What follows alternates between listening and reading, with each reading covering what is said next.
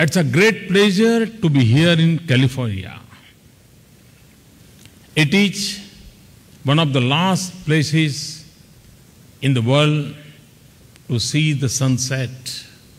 But it is here that new ideas see the first light of the day.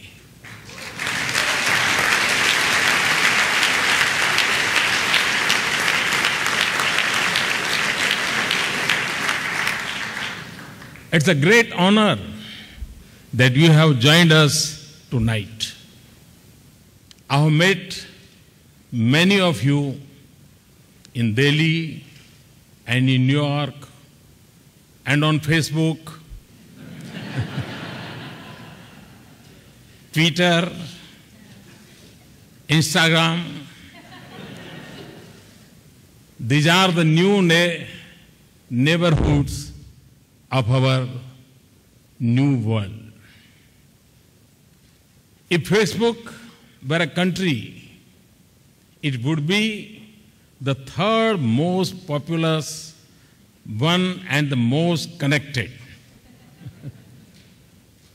Google today has made teachers less awe-inspiring and grandparents more idle.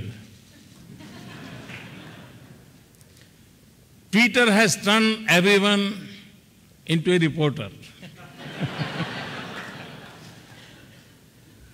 The traffic lights that need to work the best are on Cisco routers.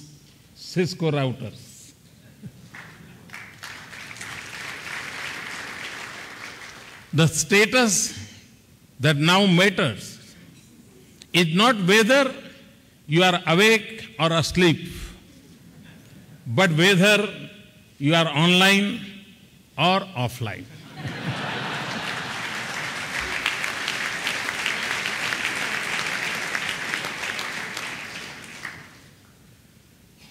The most fundamental debate for our youth is the choice between Android, iOS, or Windows.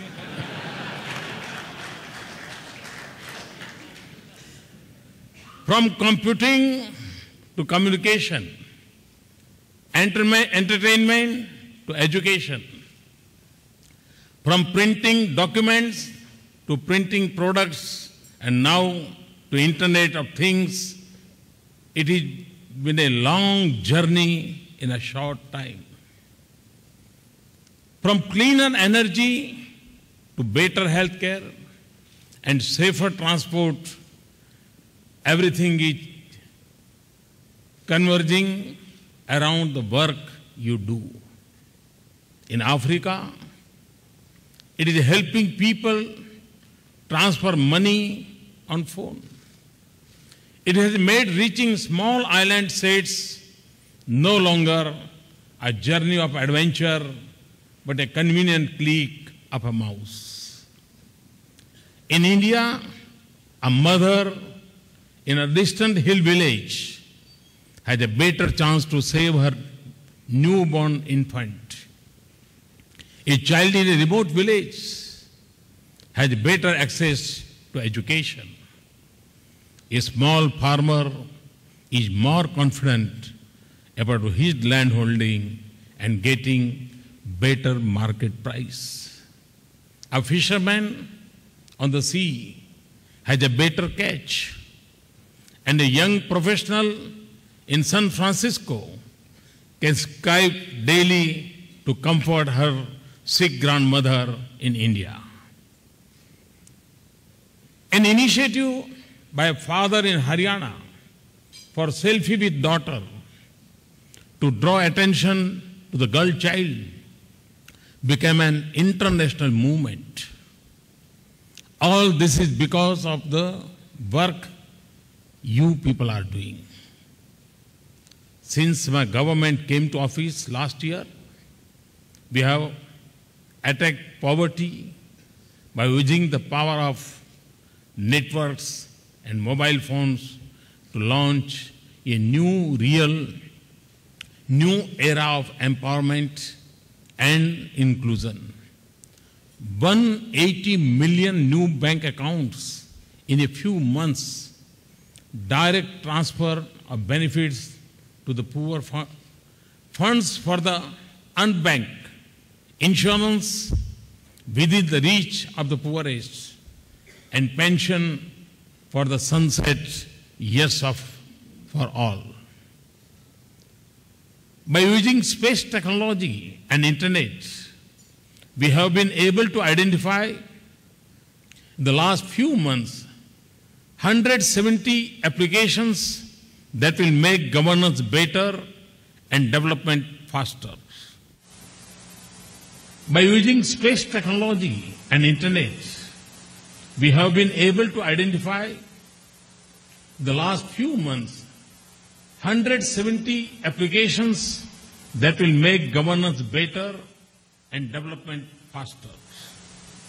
When a small craftsman in a village in India brings a smile to a customer looking at his phone on a metro ride in New York, when a heart patient in a remote hospital in a Kyrgyz Republic is treated by doctors sitting in Delhi, as I show in Bishkek, we know we are creating something that has fundamentally changed our lives. The pace at which people are talking to digital technology defies our stereotype of age, education, language, and income. I like recounting my meeting with a group of unlettered tribal women in a remote part of Gujarat. They were present at a local milk chinning plant I was inaugurating. They were using cell phone to take photographs of the event.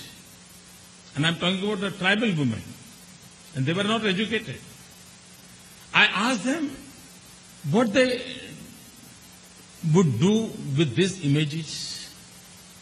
And the answer was a surprise for me. They said they would go back, have the images downloaded onto a computer and take a printouts. When I heard this word download, it was a surprise for me. Yes, they were familiar with the language of digital world. And farmers in Maharashtra state have created a WhatsApp group to share information on farming practices, not only recipes. Customers, more than creators, are defining the use of products. The world may be driven by the same ancient impulses. We will continue to see human struggles and successes. We will witness human glory and tragedies. But in this digital age, we have an opportunity to transform lives of people in ways that was hard to imagine just a couple of decades ago. This is what sets us apart from the century that we have just left behind. There may be still some who see the digital economy as the tool of the rich, educated, and the privileged. But ask the taxi driver or the corner vendor in India what he has gained from this cell phone, and the debate gets settled. I see technology as a means to empower and as a tool that bridges the distance between hope and opportunity. Social media is reducing social barriers. It connects people on the strength of human values, not identities. Today, Technology is advancing citizen empowerment and democracy that once drew their strength from constitutions.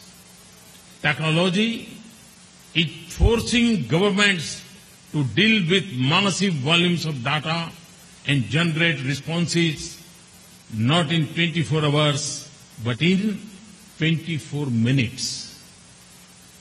When you think of the exponential speed and scale of expansion of social media or a service, you have to believe that it is equally possible to rapidly transform the lives of those who have long stood on the margins of hope.